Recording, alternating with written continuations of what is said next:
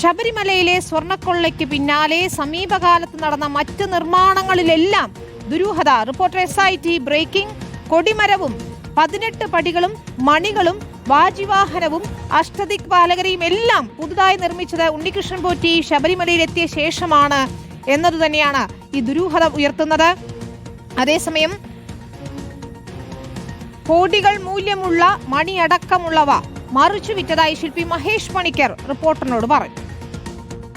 അവിടെ പുരാതനമായ 2 മണികൾ 2 സൈഡിലെ കരിങ്കലിൻ്റെ കൃഷ്ണശിലയുടെ തൂണുകളിൽ പുരാതനമായിട്ട് 1750 കാലഘട്ടത്തിൽ തട്ടാള പണിക്കർ കാരണവന്മാർ ചെയ്തിട്ടുള്ളതാണെന്നാണ് നമ്മുടെയൊക്കെ അറിവ്. അപ്പം അത് ഈ ശംഖുമുദ്രയൊക്കെയുള്ള തിരുവിതാംകൂർ രാജവംശത്തിൻ്റെ ശംഖുമുദ്രയൊക്കെയുള്ള വളരെ പ്രാധാന്യമുള്ള ഒരു മണി 2 മണികളാണ് ഉള്ളത്. അപ്പം ആ മണികൾ മാറ്റി തുടങ്ങി ആ കൊടിമരത്തിൻ്റെ നിർമ്മാണത്തോടനുബന്ധിച്ചാണ് അത് മാറുന്നത്. ദ്വാരപാലകരുടെ താഴത്തെ പീഠം കൊണ്ട് മാറ്റി വെച്ചു എന്നൊക്കെ പറയുന്ന അദ്ദേഹമാണ് ആ മണി അവിടെ ചെയ്തിരിക്കുന്നത്. അപ്പം മണി രണ്ടാമത് ഉടച്ചു വാർക്കാനായിട്ട് അത് വാർത്തിരിക്കുന്നത്. അപ്പം ഇതൊക്കെ ഒരു ദുരൂഹമാണ്. ആ കൊടിമരത്തിൻ്റെ നിർമ്മാണത്തിനകത്തും അതിൻ്റെ ദ്വാരപാലകരും അതിൻ്റെ വാജിവാഹനവും ഇതെല്ലാം ഈ അന്താരാഷ്ട്ര കൊള്ളയുമായിട്ട് ബന്ധപ്പെട്ട ഒരു കാര്യമുണ്ടോ എന്നുള്ള രീതിയിൽ നമ്മൾ സംശയിക്കേണ്ടിയിരിക്കുന്നു.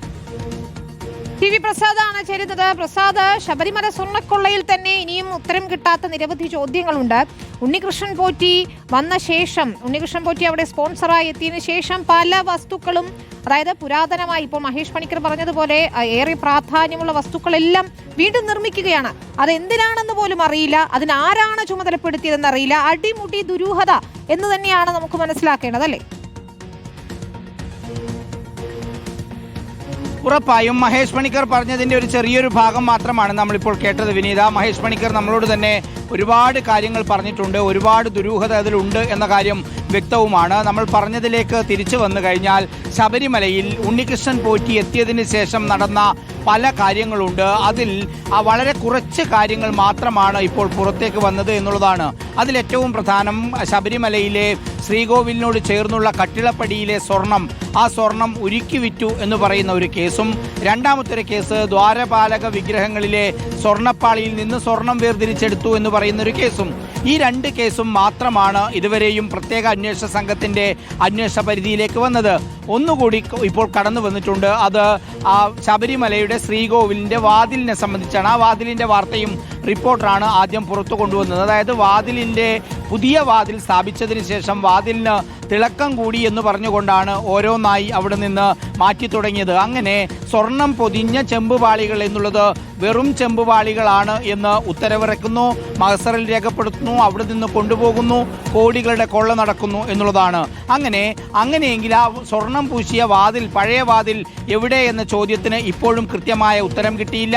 പ്രത്യേക അന്വേഷണ സംഘത്തോട് അത് സംബന്ധിച്ച് അന്വേഷിച്ച് കണ്ടെത്താനുള്ള നിർദ്ദേശമാണ് ഹൈക്കോടതി ചോദിച്ചിരിക്കുന്നത്. അതിൽ 2.5 കിലോ സ്വർണമാണ് ആ വാതിൽ മാത്രമുള്ളത്. വിനീത, ഇതിലുള്ളൊരു പ്രധാനപ്പെട്ട പ്രശ്നം ഈ 2019 ഇതൊന്നും തുടങ്ങിയത് എന്നുള്ളതാണ്. നേരത്തെ തന്നെ, അതായത് 2000ന്റെ തുടക്കത്തിൽ തന്നെ ഉണ്ണികൃഷ്ണൻ പോറ്റി അവിടെ ഉണ്ട്, ശബരിമലയിലുണ്ട്. അവിടുന്ന് അങ്ങോട്ടേക്കാണ് ഒരുപാട് നിർമ്മാണങ്ങൾ നടന്നിരിക്കുന്നത്. അതിൽ ചിലതാണ് ഇപ്പോൾ മഹേഷ് പണിക്കർ പറഞ്ഞത്. അതായത് ശബരിമലയിലെ കൊടിമരം, ആ കൊടിമരം എന്തിനാണ് മാറ്റിയത് എന്നത് സംബന്ധിച്ച് ഇപ്പോഴും ആർക്കും ഒരു വ്യക്തതയില്ല. ദേവപ്രശ്നത്തിലൂടെ മാറ്റിയെന്നാണ് പറയുന്നത്. അന്ന് ദേവപ്രശ്നം നടക്കുന്ന സമയത്ത് ഉറുമ്പും ചിതലും അരിച്ച് അതിൻ്റെ അടിഭാഗം മോശമായി പോയി എന്ന് ദേവപ്രശ്നത്തിൽ കണ്ടെത്തിയതായി എന്ന് പറയുന്നുണ്ട്. പക്ഷേ അതേ സമയത്ത് തന്നെ കൊടിമരം സ്ഥാപിക്കാൻ അന്ന് നേതൃത്വം നൽകിയവരിൽ ഒരാൾ പറയുന്നുണ്ടായിരുന്നു അത് കോൺക്രീറ്റിൻ്റെതാണ്, അവിടെ ഉറുമ്പും ചതലും കയറി നശിക്കാൻ സാധ്യതയില്ല എന്ന്. യഥാർത്ഥത്തിൽ പിന്നീട് പഴയ കൊടിമരം മാറ്റുന്ന സമയത്ത് അക്കാര്യം ബോധ്യമാവുകയും ചെയ്താണ്. അതിൻ്റെ താഴെ ഭാഗത്ത് കാര്യമായിട്ടുള്ള നാശനഷ്ടങ്ങൾ ഉണ്ടായില്ല എന്ന്. പിന്നെ എന്തിനാണ് കൊടിമരം മാറ്റിയത് എന്നതാണ് ഉയരുന്ന പ്രധാനപ്പെട്ട ചോദ്യം. ആ കൊടിമരത്തിൻ്റെ പേരിൽ കിലോ കണക്കിന് സ്വർണമാണ് പലരിൽ നിന്നും സംഭാവനയായി വാങ്ങിയത്. അതിൻ്റെ കണക്കെന്താണ് എന്നത് സംബന്ധിച്ചുള്ള ഒരു വ്യക്തതയും ആർക്കുമില്ല. കൊടിമരം മാറ്റുമ്പോഴാണ് അതിൻ്റെ വാജിവാഹനം മാറ്റുന്നത്, അഷ്ടദിക്പാലകരെ മാറ്റുന്നത്. തീർന്നില്ല, ശബരിമലയിലെ വലിയ 2 കൂറ്റൻ മണികളുണ്ട്. ഇപ്പോൾ മഹേഷ് പറഞ്ഞ ആ 2 മണികൾ അതെവിടെയാണ് എന്ന ചോദ്യം ഇപ്പോഴും ഉയരുന്നു. ദേവസ്വത്തിനോട് ചോദിക്കുന്ന സമയത്ത് അത് മാളികപ്പുറത്തുണ്ടെന്ന് പറയുന്നു, പമ്പയിലുണ്ടെന്ന് പറയുന്നു. ആദ്യം പറഞ്ഞത് ഇളമ്പള്ളി ക്ഷേത്രത്തിലുണ്ട് എന്നായിരുന്നു. പക്ഷേ ഇളമ്പള്ളി ക്ഷേത്രത്തിൽ അന്വേഷിച്ചപ്പോൾ പറയുന്നത് പഴയ മണിയല്ല, പുതിയ മണി ശബരിമലയിൽ പൂജിച്ചു കൊണ്ടുവച്ചതാണ് എന്ന് പറയുന്നു. ഇതിലുള്ളൊരു പ്രശ്നം, വർഷങ്ങളുടെ പഴക്കമുള്ള, നൂറ്റാണ്ടുകളുടെ പഴക്കമുള്ള മണിയാണ് അവിടെ ഉണ്ടായിരുന്നത്. അതിനെന്ത് തകരാറ് സംഭവിച്ചിട്ടാണ് മാറ്റിയത് എന്നതിൽ ഒരു വ്യക്തതയുമില്ല. പഴയ കൊടിമരം എന്തിനു മാറ്റി എന്നതിൽ വ്യക്തതയില്ല. ഇപ്പോഴാണെങ്കിൽ കൊടിമരം മാറ്റുന്ന സമയത്തുണ്ടായ വെള്ളിയിൽ തീർത്ത വാജിവാഹനം അത് തന്ത്രിയുടെ കൈവശമാണുള്ളത്. വിവാദം നടക്കുമ്പോൾ തന്ത്രി അത് തിരിച്ചു തരാം എന്ന് ദേവസ്വം ബോർഡിനോട് പറയുന്നു. ദേവസ്വം ബോർഡ് അത് വാങ്ങാൻ തയ്യാറാകുന്നില്ല. ആ വാർത്ത നമ്മൾ കഴിഞ്ഞ ദിവസം കൊടുത്തതാണ്. അശദിക് പാലകർ അതും പുതിയതായി നിർമ്മിക്കുന്നു എന്നുള്ളതാണ്. മാത്രമല്ല 18-ാം പടി, ഈ 18 പടികളും ഇതിനിടയിൽ മാറ്റിയിട്ടുണ്ട് 2015-16 കാലഘട്ടങ്ങളിൽ. എന്തിനാണ് അത് മാറ്റിയത് എന്നത് സംബന്ധിച്ചുള്ള വ്യക്തത ഇപ്പോഴുമില്ല. ചുരുക്കത്തിൽ ഉണ്ണികൃഷ്ണൻ പോറ്റി ശബരിമലയിൽ സജീവമായതിനു ശേഷം പഴയ തിരുവാഭരണ പെട്ടി മാറ്റി പുതിയ തിരുവാഭരണ പെട്ടി വരുന്നു, കൊടിമരം സ്ഥാപിക്കുന്നു, വാജിവാഹനം മാറ്റുന്നു, അക്ഷതിക് പാലകരെ മാറ്റുന്നു, അങ്ങനെ തുടങ്ങി 18 പടികളും മാറ്റുന്നു. ഓരോ കാര്യങ്ങളും മാറ്റുമ്പോൾ പഴയ സാധനങ്ങൾ എവിടെയാണ് എന്നതിന് വ്യക്തമായ ഒരു മറുപടി അത് ദേവസ്വത്തിന് പറയാനില്ല എന്നുള്ളതാണ് ഇതിൽ ഏറ്റവും ഗുരുതരമായ കാര്യം. അതുതന്നെയാണ് മഹേഷ് പണിക്കർ ഉൾപ്പെടെയുള്ള ശബരിമലയിലെ ഇത്തരം കാര്യങ്ങളെക്കുറിച്ച് ആത്യന്തികമായി പറയാൻ കഴിയുന്നവർ പറയുന്നത്.